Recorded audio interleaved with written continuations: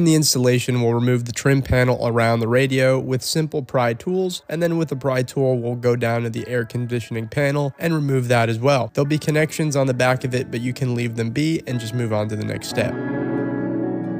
Pull down the retaining metal latches that are holding the radio in place, and then you'll be able to slide the radio out easily. Once you have the radio slid out, you can undo the connection on the bottom right-hand corner so that you can pull it out fully. Once it's pulled out, you'll locate 2 screws underneath the AC vents, and you can undo those to then release the AC vents. You'll use your pry tools to just pop that out of place.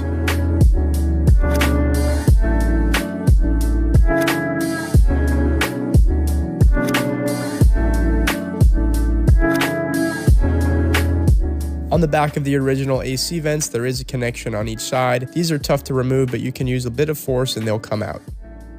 We'll then remove the retaining screws on each side of the original screen.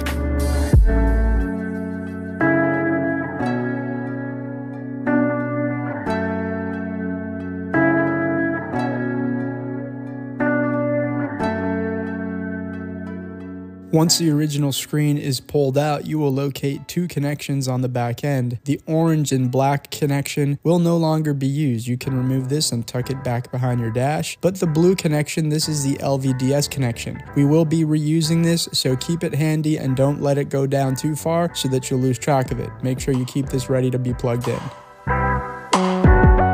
We'll put a towel down on the center console to make sure that the radio doesn't scratch anything up, and then we'll remove the main harness from the back. You can use a pry tool to help assist you, but it's just a latch mechanism. Once it's undone, you can pull it out of place.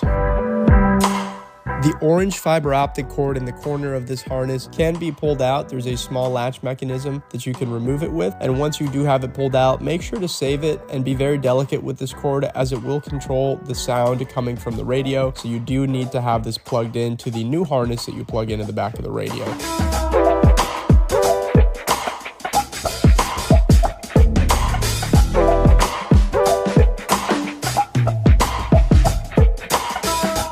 We'll grab our new Android harness and plug the female end into the male end of this harness that came out of the original Mercedes radio. Plug it in and secure it with the latch mechanism so that it is firm.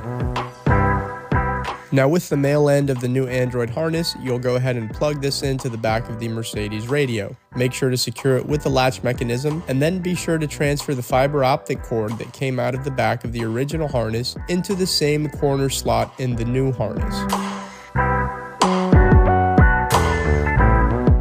This fiber cord must be transferred, if not, you will not get any sound from the radio.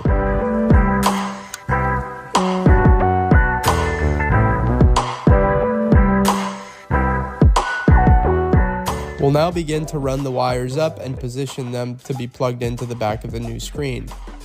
We'll plug in this black LVDS to the blue LVDS connection that came out of the back of the original screen, as you can see here.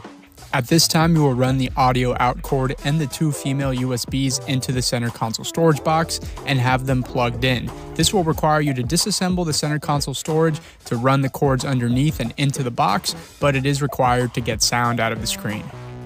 We'll now prepare the screen to be plugged in so we can test all of the basic functions before we continue with the installation.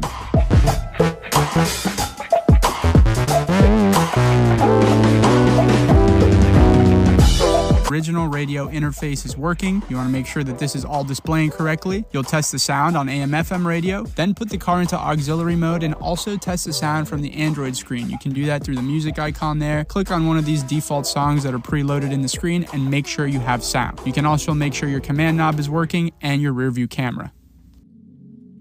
If you have any issues with these functions, check out our Android screen how-to guides to help troubleshoot those problems. We've linked this video playlist in the description below. You can now continue by installing the Android screen bracket into the dash here as shown with the 2 screws. We'll now prepare the GPS antenna and the 4G antenna to be run through if you are using these. Most people do not need these, but depending on how you're planning on using the screen, you can decide yourself. We'll then prepare the new air vent panel. On the back of this air vent panel, you'll see this connection for the clock. Make sure you grab the clock connection that's included in your Android wiring harness and plug it in before installing it.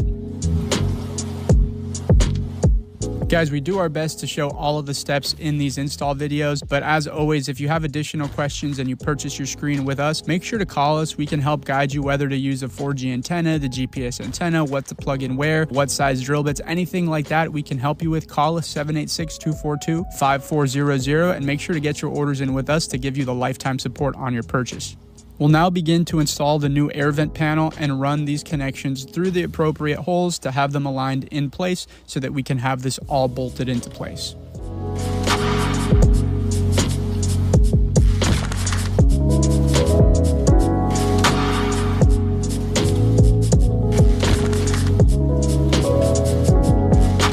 You can now torque the screws for the lower air vent panel in place to have it fixed in position.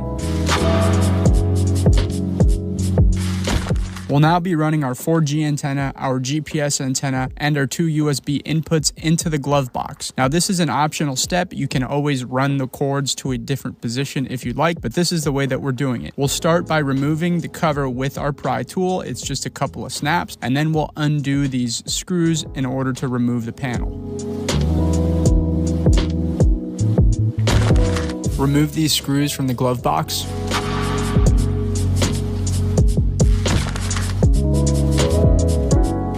And remove the screws from below.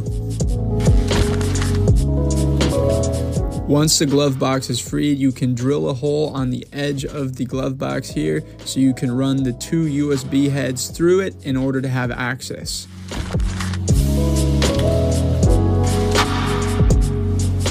As for the 4G and the GPS antenna, you can run them up through the top of the glove box so that you do not have to drill any holes, and just peel the adhesive sticker off of the back of them in order to stick them right to the top of the glove box as shown here.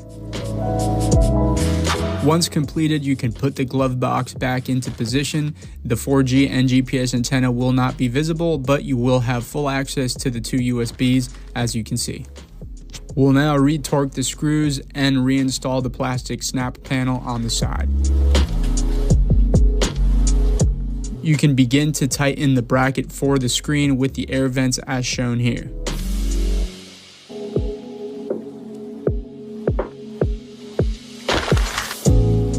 And prepare the radio to be pushed back into place. You can make sure to push down these wires as far back and down as possible, reinstall this connector on the corner of the radio, and push the radio back into position. This may take you a few tries as the wiring behind the radio could give you a hard time. This is really a trial and error process that I recommend you go through. Move the wires around as much as you can until you find the perfect position, and don't be afraid to use a little bit of force and put muscle into it to get the radio back into place. Retorque the radio retaining screws.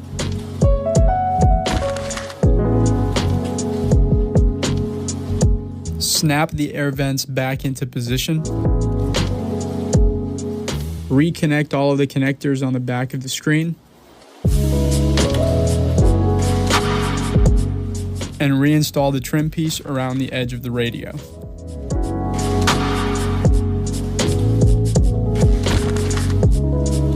Your new Android command screen is now installed on your Mercedes GLE, GL, ML, or GLS class. Enjoy the latest of Carplay, Android Auto, streaming movies, playing games, and much more. If you're interested in keeping your screen up to date and learning all of the newest tips and tricks,